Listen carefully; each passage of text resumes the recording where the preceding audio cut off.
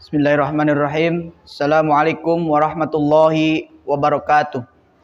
Alhamdulillahillazi arsala rasulahu basira wa nazira. Tsumma sholatu wassalamu ala sayyidina Muhammadin wa ala alihi wa sahbihi ajma'in, amma ba'du. Pertama-tama dan paling utama, mari kita panjatkan puji dan syukur kehadirat Allah Zat yang Maha Ghafur, yang mana telah memberikan kita banyak sekali kenikmatan, baik itu nikmat iman, nikmat Islam, maupun nikmat sehat walafiat, dan nikmat-nikmat yang lainnya yang tidak bisa kita hitung satu persatu. Semoga salat dan salam tercurah limpahkan kepada sang baginda alam, yaitu Sayyidina wa Habibana wa Syafi'ana wa Maulana Muhammad sallallahu alaihi wasallam, yang mana telah menggiring kita dari jalan kebodohan menuju jalan kepandaian, dan yang mana telah menunjukkan kita dari jalan kesesatan menuju jalan keimanan.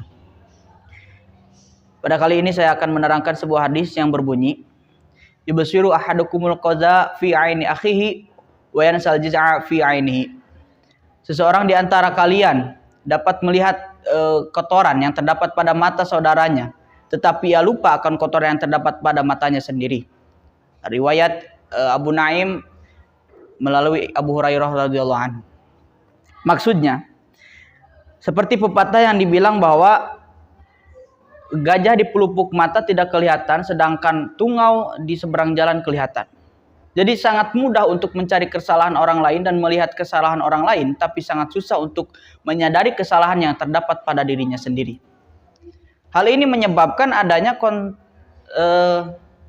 konflik yang terjadi antara A dan B ketika kita mencari-cari kesalahan dan mengetahui kesalahan dan juga melihat kesalahan orang lain dan langsung menjudge orang tersebut buruk. Nah, jadi jangan terburu-buru untuk melakukan tindakan. Sebelum melakukan apapun, kita harus berpikir terlebih dahulu apakah ini benar atau tidak, apakah ini sesuai atau tidak dengan fakta dan datanya. Jadi, ketika kita ingin mengaca, maka kita harus mengaca pada diri sendiri. Apakah diri kita sendiri tidak melakukan kesalahan dan sebagainya. Nah, jadi jangan terlalu mengambil tindakan secara terburu-buru. Semisal ada orang lain melakukan kesalahan A, maka kita akan menjudge orang tersebut buruk dan akan melakukan kesalahan A tersebut berkali-kali. Padahal nyatanya kita tidak tahu. Sebelum melakukan atau sebelum menjudge orang lain dengan hal tersebut, maka kita harus meriset data dan fakta yang ada melalui orang lain dan sebagainya. Gitu.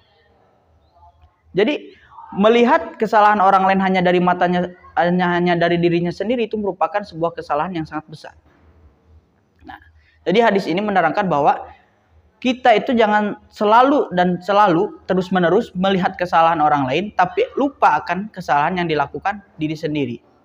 Nah, kecuali memang kita ingin menyampaikan atau menasihati orang lain karena telah melakukan kesalahan tersebut. Berbeda dengan melihat kesalahan orang lain dan langsung menjudge-nya buruk, langsung memberitahu kepada orang lain hingga orang lain itu membenci si A dan sebagainya. Itu berbeda. Kalau menasihati, datang langsung ke orangnya, memberitahu bahwa apa yang kamu lakukan tersebut itu salah dan seharusnya tidak harus kamu lakukan di kemudian hari. Nah, berbeda dengan orang yang hanya mencari kesalahan orang lain untuk digibahkan kepada orang lain lagi.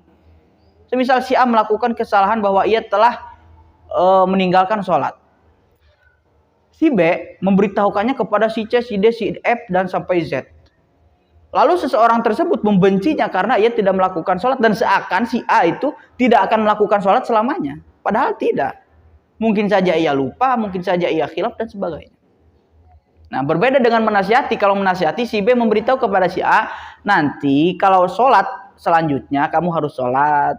Kalau kamu lupa nanti saya ingatkan dan sebagainya. Nah, itu namanya menasihati.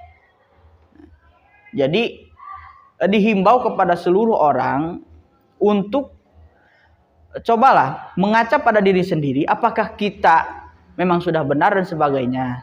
Gitu. Jangan membenci orang lain hanya karena berbuat kesalahan, jangan menjelek-jelekan orang lain hanya kesalahan, karena manusia itu tempatnya salah. Jadi jangan salahkan orangnya, tapi salahkan sifatnya, kelakuannya dan sebagainya. Gitu. Nah, mungkin itu saja yang dapat saya sampaikan. Wabillahi taufiq wal hidayah wal afu minkum. Wassalamualaikum warahmatullahi wabarakatuh.